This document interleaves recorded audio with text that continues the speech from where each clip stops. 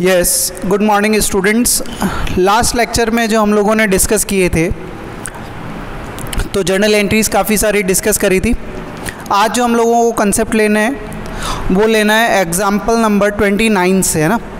Last lecture में हम लोग स्टार्ट करने वाले थे पर हम लोगों ने किया नहीं, तो अब स्टार्ट करते हैं हम लोग। आउटस्टैंडिंग एक्सपेंसेस जो नेक्स्ट दिया हुआ है वो आपको क्या दिया हुआ है? फॉर आउटस्टैंडिंग एक्सपेंसेस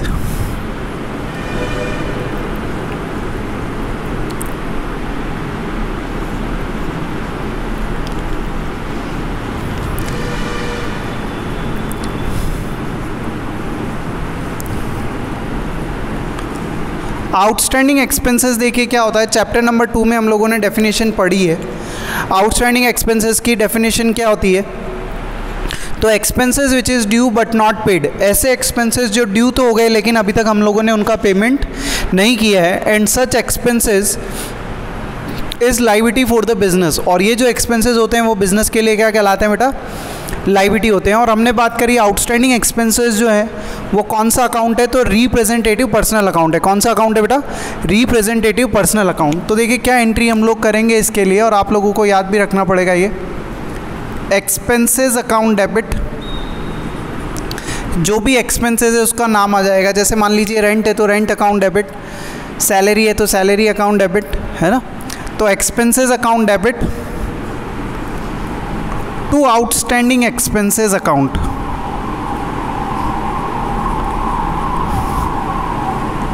और जो भी अमाउंट होगा वो आ जाएगा। क्लियर?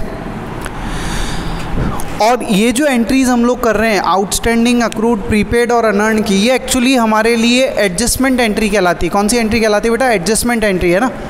तो एडजस्टमेंट पॉइंट ऑफ व्यू से हम लोग क्या कर रहे हैं? इन एंट्रीज को पास कर रहे हैं। फिर देखिए आप नेक्स्ट जो आपको एग्जाम्पल दिया हुआ है, एग्जाम्पल नंबर 30 में आपको दिया हुआ है क्या? Prepaid expenses.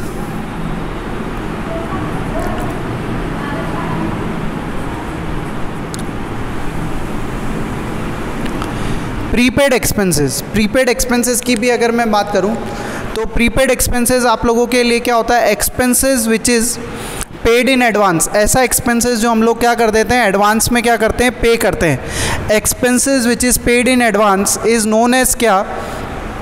Prepaid expenses. और प्रीपेड एक्सपेंसेस हमारे लिए क्या होती है? असेट होती है। क्लियर? प्रीपेड एक्सपेंसेस हमारे लिए क्या है? असेट है। ठीक है, तो देखिए क्या एंट्री हम लोग बनाएंगे इसके लिए।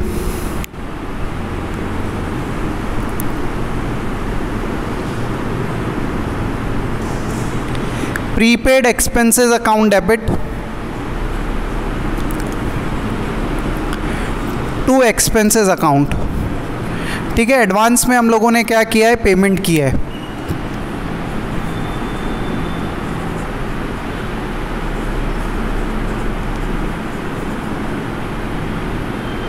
उसके बाद नेक्स्ट आपको दिया हुआ एग्जाम्पल क्या? Accrued income. अक्रूड इनकम की भी हम लोगों ने डेफिनेशन डिस्कस करी है। Income which is earn but not received during the year. Income which is earn but not received, ऐसी इनकम जो आपने अर्न तो कर ली लेकिन अभी तक हम लोगों को रिसीव नहीं हुई है। And such accrued income is asset for the business. ये जो अक्रूड इनकम होती है वो हमारे बिजनेस के लिए क्या कहलाती है बेटा? असेट कहलाती है। तो देखिए किस तरीके से एंट्री पास करते हैं इसकी। और अक्रूड इनकम आपके लिए कौन सा अकाउंट है? तो यस ऑब्वियसली कौन सा अकाउंट है? Representative personal account. तो accrued income account debit to क्या लिखेंगे बेटा? Income account. Accrued income account debit to income account. Clear? Next example जो है आपके लिए, नेक्स्ट जो आपको एग्जांपल दिया हुआ है अक्रूड इनकम के बाद अनअर्न इनकम। नेक्स्ट जो एग्जांपल दिया हुआ है वो क्या दिया हुआ है बेटा? Unearned income. अनअर्न इनकम का मतलब क्या? Income which is received in advance. Income which is received in advance and such income is liability for the business. And such income is liability for the business. क्यों? क्योंकि वो किससे relate कर रहा है बेटा? फ्यूचर से रिलेट कर रहा है। और आपको अभी एडवांस में रिसीव हो गया तो अभी भी हमको उस चीज़ के लिए जो फीस हमको रिसीव हुई है या जो भी चीज़ आपको रिसीव हुई है वो इनकम जो आपको रिसीव हुई है उसके लिए वर्क करना अभी भी क्या है? बाकी है। तो अनअर्न इनकम और such income is liability for the business, तो एंट्री क्या करते हैं बेटा, एंट्री करते हैं क्या, income account debit, income account debit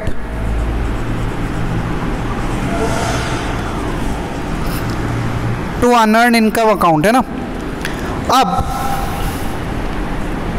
ये एंट्रीज करने से किसी बच्चे के मन में क्या हो सकता है, डाउट रेज हो सकता है कि सर आपने तो हमको सिखाया था गोल्डन रूल्स, नॉमिनल अकाउंट का गोल्डन रूल आप लोगों आपने क्या सिखाया कि sir debit all expenses and losses, credit all income and profits. तो चलिए आउटस्टैंडिंग और अक्रूड में तो समझ में आता है, लेकिन सर प्रीपेड एक्सपेंसेस में आपने एक्सपेंसेस को क्रेडिट कर दिया और अनअर्न इनकम में आपने क्या कर दिया, इनकम को डेबिट कर दिया। ऐसा कैसे सर, ये तो वायोलेशन हो गया किसका, गोल्डन रूल्स का। पर बेटा ऐसा कुछ भी नहीं है, मैंने बात करी ना आपसे, ये जो हम 4 एंट्री वो कर रहे हैं ये अकॉर्डिंग टू गोल्डन रूल नहीं कर रहे हैं, ये हम लोग किसके अकॉर्डिंग कर रहे हैं, ये हम लोग कर रहे हैं एडजस्टमेंट एंट्री। जो अब हम फाइनल अकाउंट्स पढ़ेंगे तब वहाँ आपको पता चलेगा, एक चैप्टर आएगा सब्सिडरी बुक्स जर्नल प्रॉपर जहाँ पे पढ़ेंगे तब आपको थोड़ा सा क्लियर होगा कि एडजस्टमेंट एंट्रीज क्यों की जाती है और किस तरीके से की जाती है, क्लियर। और ये किस पॉइंट ऑफ व्यू से लिखा है अपन ने कि हमारी क्या बन गई, अब असेट बन गई। हमने एक पीरियड प्रिंसिपल पढ़ा है जिसका नाम था accounting period principle. Accounting period principle क्या बोल रहा था कि भाई हम लोगों ने हमारे जो बिज़नेस की अकाउंटिंग लाइफ है उसको क्या कर दिया था, स्मॉल स्मॉल पार्ट्स में क्या कर दिया था, डिवाइड कर दिया था।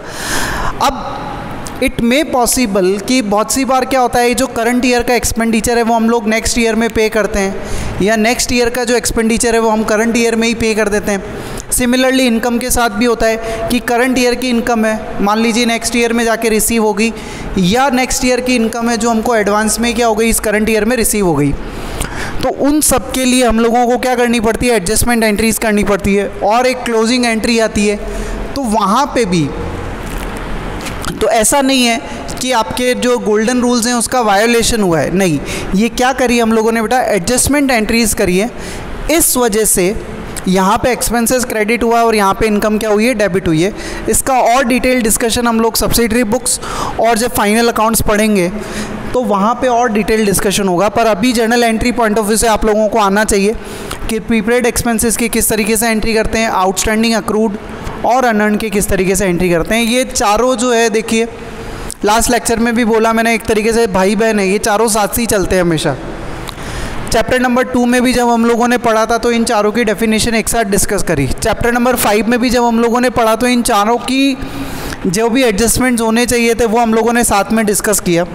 और अभी चैप्टर नंबर 8 के अंदर जब जर्नल हम लोग कर रहे हैं तो भी हम लोग क्या कर रहे हैं कि इन चारों का क्या एडजस्टमेंट होता है वो क्या कर रहे हैं हम लोग साथ में डिस्कस करें, क्लियर। तो ये 4 एंट्रीज़ आप लोगों को याद रखना है क्योंकि जर्नल एग्ज़ाम में आती है, और जर्नल अगर एग्ज़ाम में आएगी तो ये आप लोगों के एंट्री आएगी आएगी, क्लियर।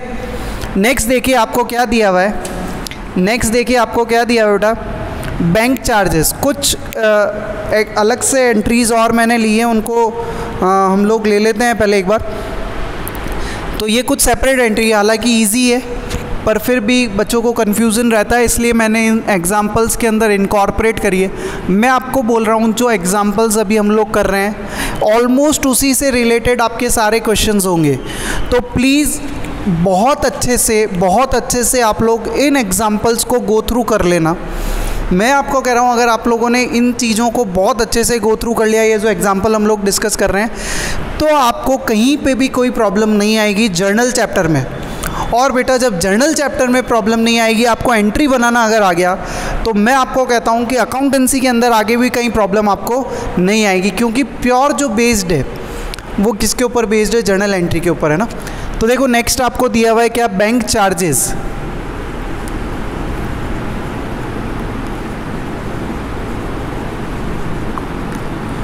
बैंक चार्जेस, देखिए बैंक चार्जेस क्या होता है, बैंक जो हमारे ऊपर चार्जेस लगाती है, हमारा जो सेविंग अकाउंट है, मान लीजिए करंट अकाउंट है या किसी भी तरीके से, तो बैंक बहुत तरह के चार्जेस लगाती है। आपको शायद नॉलेज नहीं होगा लेकिन आप अपने पेरेंट्स से पूछना कि जैसे अगर उनके पास लॉकर है बैंक में, तो बैंक क्या लेती है, ईयरली बेसिस पे या क्वार्टरली या हाफ ईयरली बेसिस पे क्या करती है, रेंट लेती है लॉकर का, या रेंट के उसके चार्जेस लगाते हैं।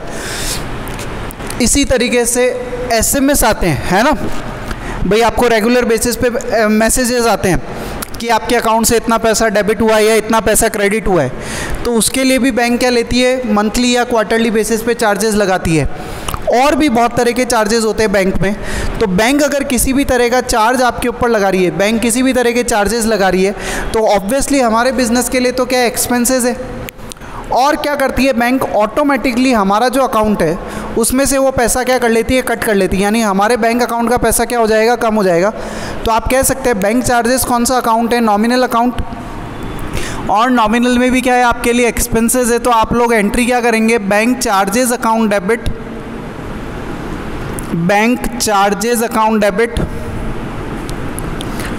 To bank. क्यों, क्योंकि बैंक ऑटोमेटिकली क्या कर लेती है, हमारे अकाउंट से ऑटो डेबिट कर लेती है, हमारे अकाउंट से बैलेंस को क्या कर देती है, कट डाउन कर देती है। मान लीजिए एसएमएस चार्ज है, तो 15 रुपीज़ का अगर एसएमएस चार्ज है तो वो मेरे बैंक अकाउंट से ऑटोमेटिकली क्या कर लेगी, कट डाउन कर लेगी।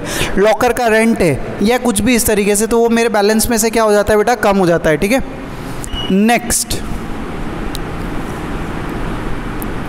नेक्स्ट जो आपको एग्जाम्पल दिया हुआ है वो दिया हुआ है क्या, इंटरेस्ट चार्ज्ड बाय बैंक।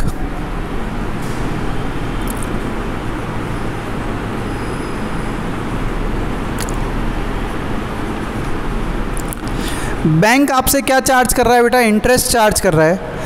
तो ऑब्वियसली ये इंटरेस्ट भी हमारे लिए तो क्या है, एक्सपेंसेस है। देखो दो तरीके से चलता है, एक चैप्टर हम लोग पढ़ेंगे बैंक रिकंसिलिएशन स्टेटमेंट, वहाँ पे भी काम आएगा, तो मैं आपको यहाँ पे समझाने की कोशिश करता हूँ। बैंक चार्जेस, बैंक ने चार्जेस लगाए यानी हमारे लिए एक्सपेंसेस है। इसी तरीके से हमने बोला कि इंटरेस्ट चार्जेस, तो बैंक ने हमारे ऊपर क्या लगाया, इंटरेस्ट लगाया। हो सकता है कभी भी, बहुत सी बार क्या होता है, ओवरड्राफ्ट बैलेंस होता है या कुछ भी ऐसा रीज़न, तो उसकी वजह से हमारे बैंक क्या लगाती है, हम पे इंटरेस्ट चार्ज करती है। तो बैंक ने अगर इंटरेस्ट चार्ज किया है तो हमारे लिए एक्सपेंसेस है, हमारी बैंक का बैलेंस क्या होगा, कम होगा। और सिमिलरली सेविंग बैंक अकाउंट्स जो होते हैं उसके ऊपर बैंक क्या देती है, हम लोगों को इंटरेस्ट पे करती है, तो उसको बोला जाता है इंटरेस्ट अलाउड बाय बैंक। क्या बोलते हैं बेटा, इंटरेस्ट अलाउड बाय बैंक, यानी हमारे सेविंग बैंक अकाउंट में क्या आता है, पैसा आता है, तो हमारे बैंक का बैलेंस क्या होता है, इंक्रीज होता है। तो दो टर्म्स है, आप लोग याद रखना, एक होता है interest charge by bank, bank क्या करती है, इंटरेस्ट चार्ज करती है, और एक होता है interest allowed by bank, bank क्या करता है, हमको इंटरेस्ट अलाउ करता है। क्लियर, तो याद रखना आप लोग, इंटरेस्ट चार्ज अगर किया है बैंक ने तो हमारे लिए क्या एक्सपेंसेस है, क्या एंट्री बनाएंगे हम लोग, इंटरेस्ट अकाउंट डेबिट, या बैंक इंटरेस्ट भी लिख सकते हैं आप लोग, इंटरेस्ट चार्जेस भी लिख सकते हैं, जैसा भी आपको सूटेबल लगे, इंटरेस्ट अकाउंट डेबिट। और क्या होता है, हमारे अकाउंट से पैसा ऑटो डेबिट होता है, तो टू बैंक अकाउंट। क्लियर, इसी तरीके से देखिए नेक्स्ट जो ट्रांजैक्शन हम लोगों ने इनकॉर्पोरेट किया है वो यही है, interest allowed by bank. Bank interest क्या कर रही है, अलाउ कर रही है। तो बैंक अगर हम लोगों को इंटरेस्ट अलाउ करती है तो हमारे लिए क्या इनकम है, और पैसा बैंक में ऑटो क्रेडिट होगा, तो एंट्री क्या बनेगी, bank account debit, bank account debit to interest account. क्या एंट्री बनेगी बेटा, bank account debit to interest account. Clear,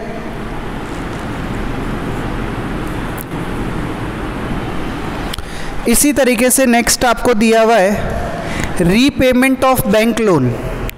इसी तरीके से आपको दिया हुआ है क्या, repayment of bank loan.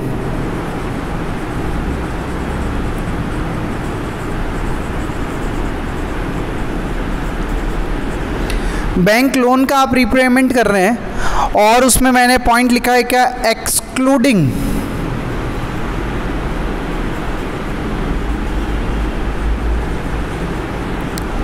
Interest को छोड़ के, इंटरेस्ट को छोड़ के अगर अपन लोग बैंक लोन का पेमेंट कर रहे हैं। देखिए जब बैंक लोन लिया था तो हम लोगों ने एंट्री करी थी क्या, bank account debit to bank loan.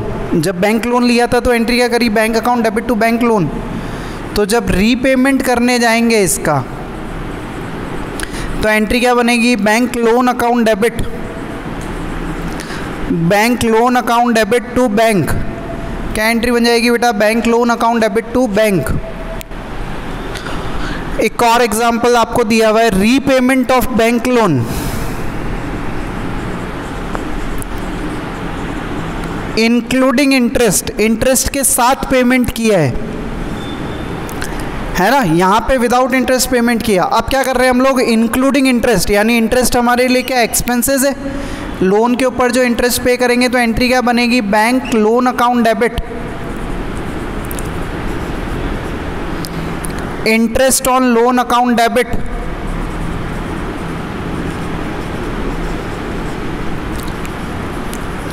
To bank account, ठीक है, ये रीपेमेंट की एंट्री होगी। इसके बाद बेटा दो एंट्रीज और हैं,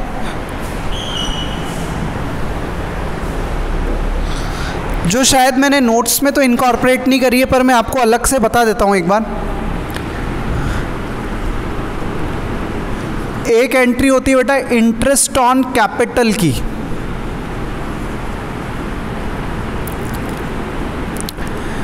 ये एंट्री हम लोगों ने शायद नोट्स में इनकॉर्पोरेट नहीं करी है, तो अब आप लोग जब वीडियो देखें तो अलग से इसको अपनी कॉपी में कहीं पे भी हेडर पे या कहीं पे भी नोट डाउन कर लेना। इंटरेस्ट ऑन कैपिटल, देखिए इंटरेस्ट ऑन कैपिटल जो है वो बिजनेस के लिए क्या होता है बेटा, एक्सपेंस होता है। आप समझना कैसे, बिजनेसमैन ने क्या किया, बिजनेस में पैसा इन्वेस्ट किया, तो ये बिजनेस के लिए क्या हो गई, लायबिलिटी हो गई, कैपिटल।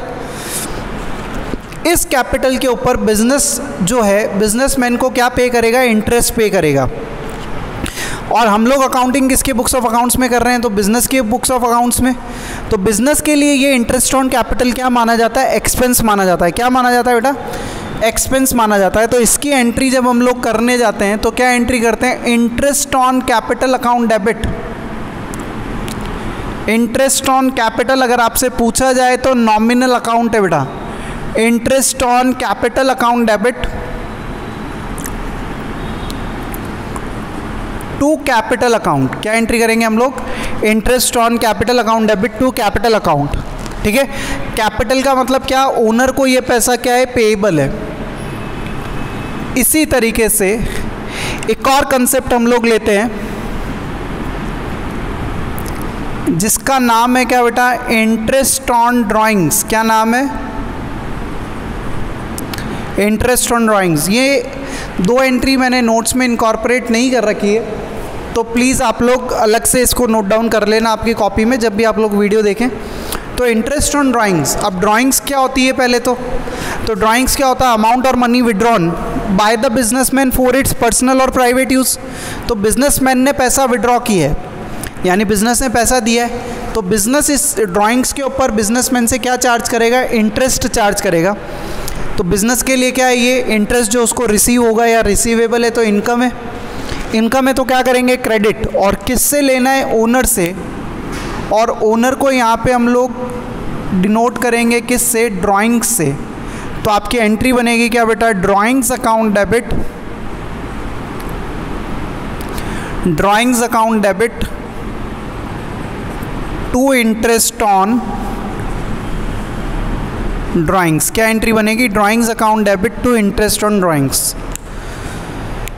तो बेसिक जर्नल एंट्रीज जो है अगर मैं बात करूँ ओवरऑल एक बार के लिए यहाँ पे फिनिश होती है बेटा, है ना। काफ़ी सारी चीज़ें हम लोगों ने डिस्कस करी, स्टार्टेड बिजनेस विथ कैश, फिर कैश डिपॉजिटेड, फिर असेट्स वगैरह परचेज करी, फिर हम लोगों ने क्या किया बेटा, परचेज गुड्स से रिलेटेड ट्रांजेक्शन्स देखे, गुड्स खरीदते हैं तो परचेज वर्ड से एंट्री करी, बेचते हैं तो सेल्स, फिर purchase return, sales return, expenses, income, bad debts, depreciation, फिर उसके बाद आउटस्टैंडिंग अक्रूड प्रीपेड अर्नड और कुछ special entries, bank charges, interest, bank interest, interest allowed, interest on capital, interest on drawings, है ना, लोन का रीपेमेंट, ये सब चीज़ें। तो ओवरऑल एक डिस्कशन हमारा अगर बात करें हम लोग जर्नल पे तो कंप्लीट होता है। अब कुछ स्पेसिफिक चीज़ें रह गई, दो कंसेप्ट और रहते हैं जर्नल में और उसके बाद हम लोग प्रैक्टिकल क्वेश्चन स्टार्ट करेंगे। तो फर्स्ट कंसेप्ट जो है वो है ट्रेड डिस्काउंट और कैश डिस्काउंट का, और सेकंड कंसेप्ट जो है वो है फिर जीएसटी का, गुड्स एंड सर्विस टैक्स का। तो गुड्स एंड सर्विस टैक्स को हम लोग डिटेल में डिस्कस करेंगे और फिर उसके से रिलेटेड जर्नल एंट्रीज कैसे करते हैं वो।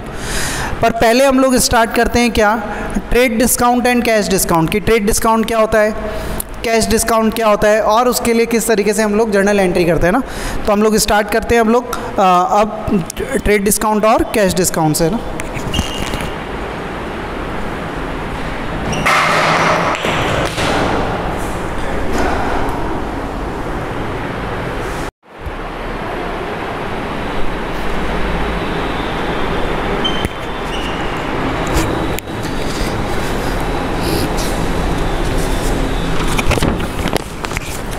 यस बेटा, जो नेक्स्ट कंसेप्ट है वो किसके लिए? ट्रेड डिस्काउंट और कैश डिस्काउंट। हम लोग डिस्कस करते हैं क्या है ट्रेड डिस्काउंट और क्या है कैश डिस्काउंट, और फिर प्रैक्टिकली एंट्रीज वगैरह किस तरीके से करते हैं, किस तरीके से कैलकुलेशंस करते हैं, वो पॉइंट हम लोग डिस्कस करेंगे ना।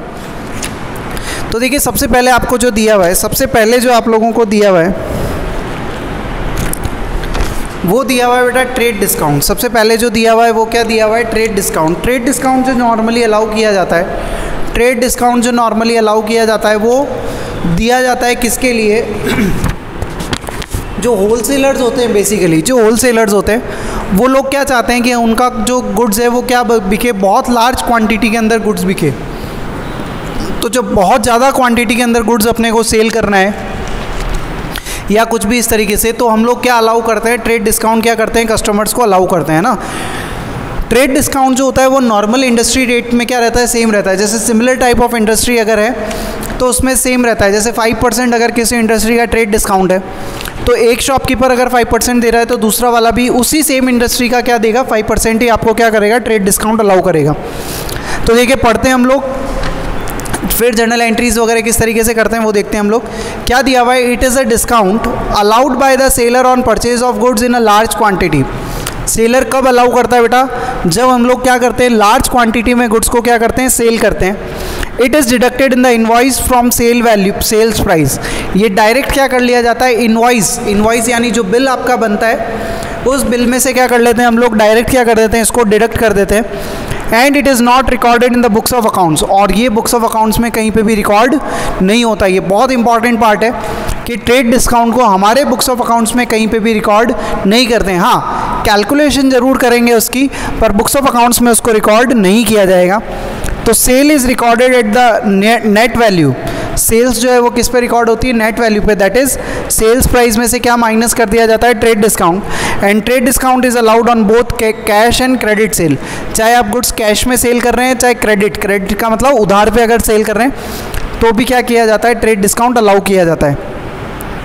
फिर देखिए, मैंने एक एग्जांपल लिया है, उससे आपको इजीली समझ में आएगा। Good sold to Ram ₹20,000 and allow him discount at the rate 10%। Sale किया है हमने गुड्स किसको? राम को, और कितने रुपीज़ का डिस्काउंट अलाउ किया है बेटा? तो 10% का डिस्काउंट अलाउ किया है, 10% है ना। तो देखिए किस तरीके से वर्किंग रहेगी, कैलकुलेशंस किस तरीके से हम लोग करेंगे इसकी।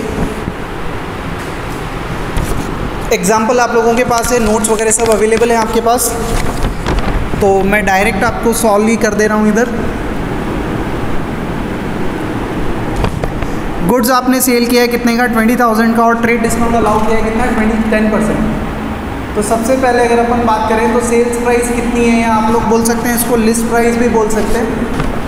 सेल्स प्राइस कितनी है? तो 20,000, ठीक है। इस पर ट्रेड डिस्काउंट अलाउ कर रहे हैं कितना? ट्रेड डिस्काउंट कितना? 10%। TD शॉर्ट में लिखा है मैंने। तो ट्रेड डिस्काउंट अलाउ कर रहे हैं कितना? 2,000 रुपीज़ का।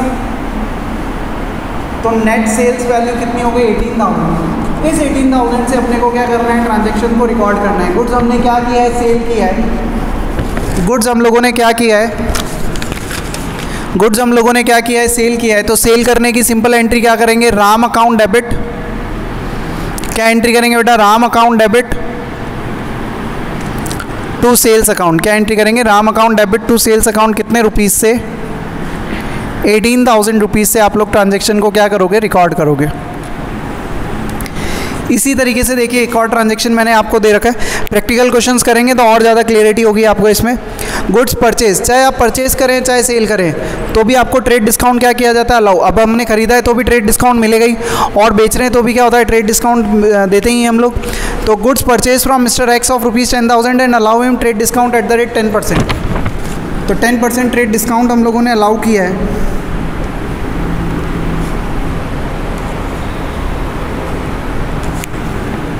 हाँ जी, तो परचेज प्राइस दी हुई आपको कितनी? परचेज प्राइस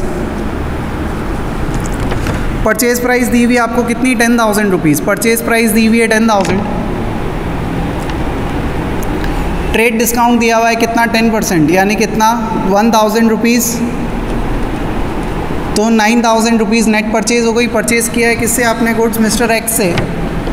तो एंट्री में तो कोई प्रॉब्लम है नहीं। परचेज अकाउंट डेबिट,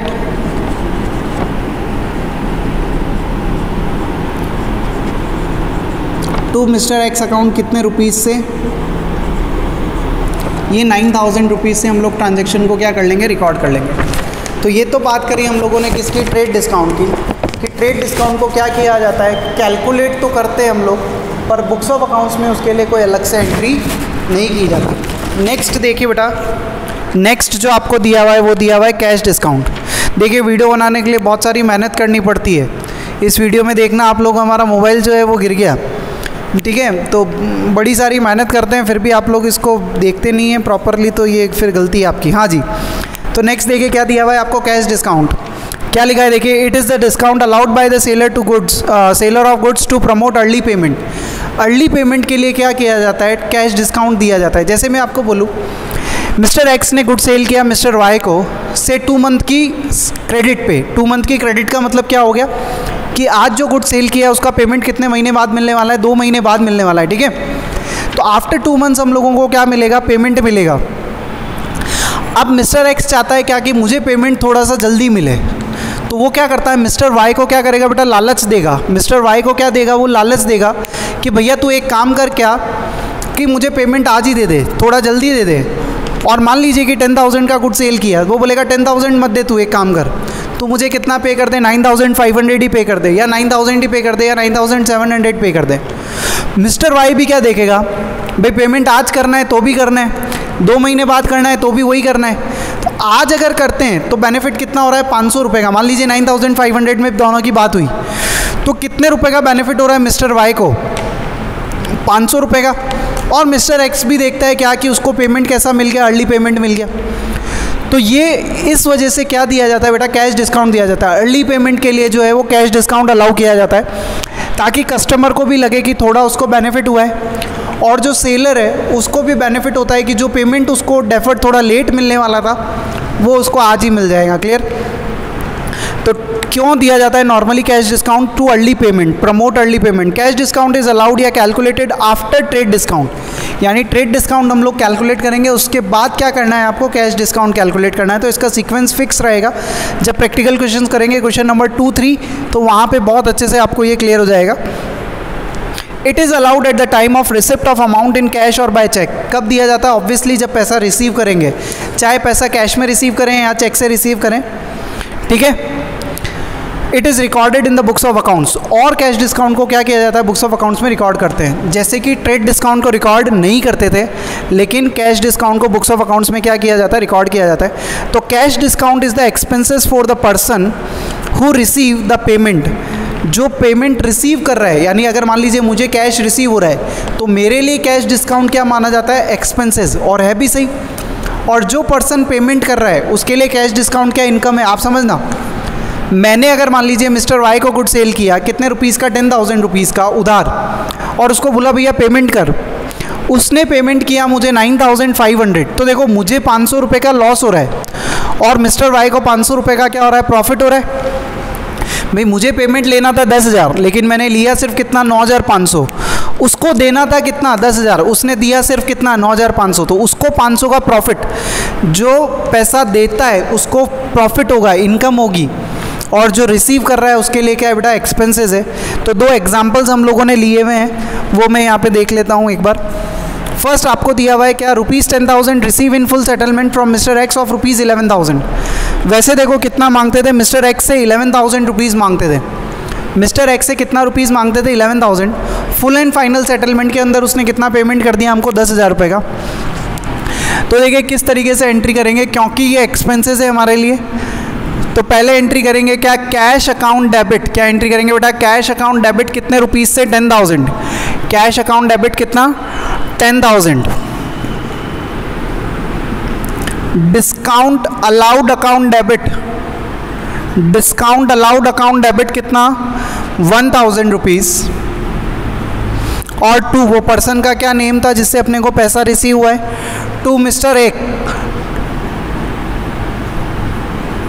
कितना रुपीज़, 11,000 रुपीज़। क्लियर। तो जब पैसा रिसीव कर रहे हैं आपके लिए कैश डिस्काउंट एक्सपेंसेस है। और ध्यान रखना आप लोग, अगर इस तरीके से शॉर्ट ट्रिक में भी आप इसको याद रख सकते हैं कि जब कैश रिसीव होता है तो कैश डेबिट होता है, तो उसके साथ डिस्काउंट भी क्या करना है आपको, डेबिट करना है। और जब कैश का पेमेंट करते हैं तो कैश क्या होता है बेटा, क्रेडिट, तो उसके साथ डिस्काउंट अमाउंट भी क्या होगा बेटा, क्रेडिट होगा। क्लियर। एक एग्जांपल मैंने ले रखा है, हालांकि एक और देख लेते हैं हम लोग। Amount of ₹15,000 paid to Sohan at the rate 5% cash discount. 5% cash discount में सोहन को क्या किया है हम लोगों ने, पेमेंट किया है। तो एंट्री क्या बनेगी बेटा, सोहन अकाउंट डेबिट, क्योंकि सोहन को पेमेंट कर रहे हैं, वो रिसीवर हुआ। सोहन अकाउंट डेबिट कितना, 15,000 टू कैश और टू डिस्काउंट रिसीव। मैं आपको कह रहा हूँ प्रैक्टिकली जब हम लोग करेंगे इसके क्वेश्चंस तो और ज़्यादा अच्छे से क्लियरिटी आ जाएगी आपको। कितना होगा ये, 15,000 का 5%, तो ये अमाउंट आएगा यहाँ पे कितना, 750, और कैश में आ जाएगा नेट अमाउंट कितना, 14250। क्लियर। तो इस तरीके से ट्रेड डिस्काउंट और कैश डिस्काउंट को ट्रीट करते हैं। एक ब्रीफ मैंने आप लोगों को यहाँ पे दिया है, पर बहुत अच्छे से हम लोग जब क्वेश्चंस करेंगे तो वहाँ पे इनसे रिलेटेड भी बहुत सारी सिचुएशंस आएगी, तो वहाँ पे और अच्छे से आप लोगों को क्या हो जाएगा, क्लियर हो जाएगा। कुछ एग्जांपल्स में आप लोगों को करवाता, पर अभी आप लोग वही है कि वीडियो प्रॉपर देखेंगे नहीं देखेंगे, तो इस वजह से हम लोग प्रैक्टिकल क्वेश्चंस जब करेंगे तो वहीं पे ही आ जाएगा। ठीक है। तो तब तक के लिए अपना और अपनी फैमिली का ध्यान रखिए, ठीक है, और पढ़ाई करते रहिए बेटा रेगुलर बेसिस पे। ठीक है। Have a nice day. Thank you.